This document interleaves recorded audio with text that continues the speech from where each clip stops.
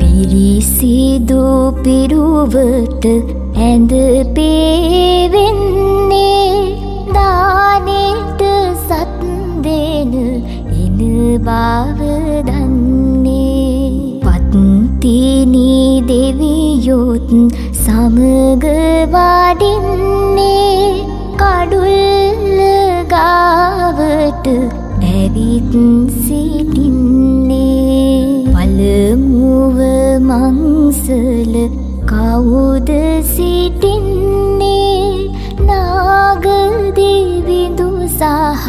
පිරිස සිටින්නේ කිරියම්මාවරු ඇවිත්